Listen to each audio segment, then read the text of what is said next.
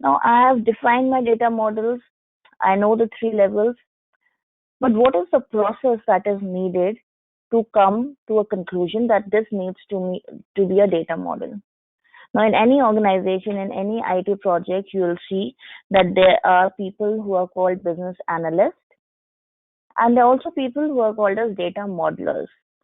So the purpose of the business analyst is to gather the requirements from the business. Once they have the requirements, they have various requirement gathering sessions with the business. They'll ask questions to the business. What do you want to see? If it's a web portal that they are designing, they'll ask what is the information you need in your web portal. If they are if the business needs some reports or dashboards to be sent to them, then the questions the business analyst will be asking is, what information do you need to see in your dashboards or reports? So once they have done these business requirement gathering sessions, then they'll be producing a document called the requirements gathering document and sharing it with the data modelers. The requirement gathering document will basically have what are the requirements, what things need to be shown in your dashboards and reports. Now, based on that, a data modeler will identify that if we need to show those entities or those columns, those values or those attributes in the report, what kind of data is needed in my database. Then he'll see what kind of data is available in my source systems, and then he'll be designing a data model that I only need the driver first name.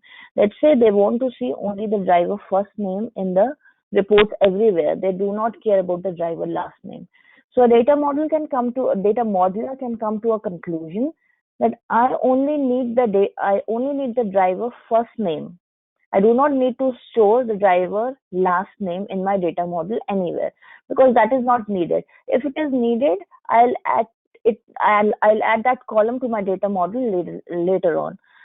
So in those terms, a data model has to be scalable. That is what we call as scalability. So we'll go into all these things in detail later on, but this is just to give an idea of how the whole process would work. So a data modeler, based on the business requirements, identifies the data that needs to be stored in the data model to be able to generate those reports or dashboards. Once he has identified, so there might be a set of data modelers, they'll again have various workshops and sessions with the business analysts, sometimes direct questions for the business. They'll also have sessions with the technical people who will be implementing that data model, also like the ETL guys who will be processing that data, or anybody who will be loading that data into the database. So they'll have various sessions amongst themselves, and then they'll be coming to a conclusion that this is the data model. And a data model will be made in a way that if there's a need to add it or alter it later on, it should be doable. The data model should be able to be altered at a later date as well. So this is primarily the function of a data modeler: understanding the business requirements, understanding the source data as well. So there might be various sources, as we saw, of data. They might be coming as Excel files. They might be stored in some legacy system.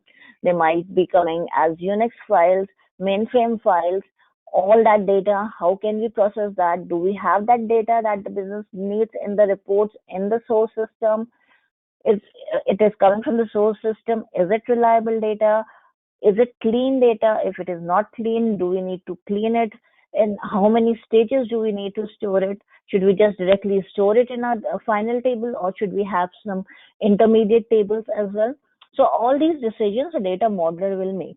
So a data modeler, as we see, has a very important role, because if a data model goes wrong, then your reporting might not be efficient. In terms of the values that you show in the report, they might be incorrect. The very first thing is that they might be incorrect. The data model, the relationships between the various entities in the data model are not properly defined. Then what we see in the reports, the values that we see in the reports might not be correct. They might not be consistent. And let's say that a data modeler has designed it well. So the values that we are seeing are correct. They're consistent across the different reports that the data modeler, that the developer has created. But if a data model is designed with the correct values, but it doesn't have a proper relationship structure, proper definition of the entities, then it might be very inefficient. So when a business wants to run a report, they want to generate the report in a matter of seconds. They do not want to wait for 5 minutes for the report to be generated. So they want it very fast or in almost near real time. For that, the way a data model is designed has to be very efficient. So that is why a data modeler's role is very important in any organization. So the steps, as we can see it here, so what are the steps? Now we understand what is a data modeler's role, what are the kind of people he interacts with in a project, in a software project. So the steps in database design, the very first step is obviously the requirements collection and then analyzing those requirements. So whoever is the users are generally business people. They have to understand the requirements from the users. They'll be documenting those requirements. They'll be asking them, re-asking them questions. So data requirement, what are the functional requirements? They'll be documenting it into a document. Once we have the requirements, then we can think of the entities, or at the very first stage, we'll be thinking of a conceptual data model. So that was our highest level of data model. So now, as I thought, okay, if I'm a data modeler and I have that traffic light data, I have thought that my entities that I need are driver and location and traffic light. So these are my entities at a broad level. So that is now my conceptual design. So conceptual designs, they are also implemented or they are also called entity relationship diagrams that we'll see later on in detail. That is how they are visually represented, and if we need to we need to take a business approval on the conceptual model first before we proceed with the logical model.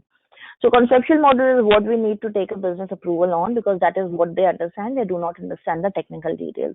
So once I have an understanding and agreement on the conceptual model, then we can proceed with the logical database design. Logical database, again, now I have identified my entities or tables. Now I know what should be the columns. I define what value should I be storing in my logical database design. So basically, description of all the data requirements, what should be the components, if there should be any constraints, how should it be implemented is it implementable in my database? Is it a model that can be easily loaded data into? So all these are a lot of things, technical aspects to designing a logical data model. And then once we have designed the logical data model, we proceed to the physical data model. We define the file storage structures, the file organizations, the indexes on the various tables, who should have access to it. So all those characteristics are defined in the physical database design. And then we have to provide that database design to a DBA, and he'll be implementing it for us. And then we can just view a design. So now I have implemented my data model. Some new person comes and joins my team. He doesn't understand how data flows, how it works. So I can just give him a visual representation of the data model. I can just extract it from my Irwin Data Modeler tool, give it to that person and show him that, look, see, this is our data model. This is how data is stored in our application. And this is how data would be represented in terms of reports or dashboards.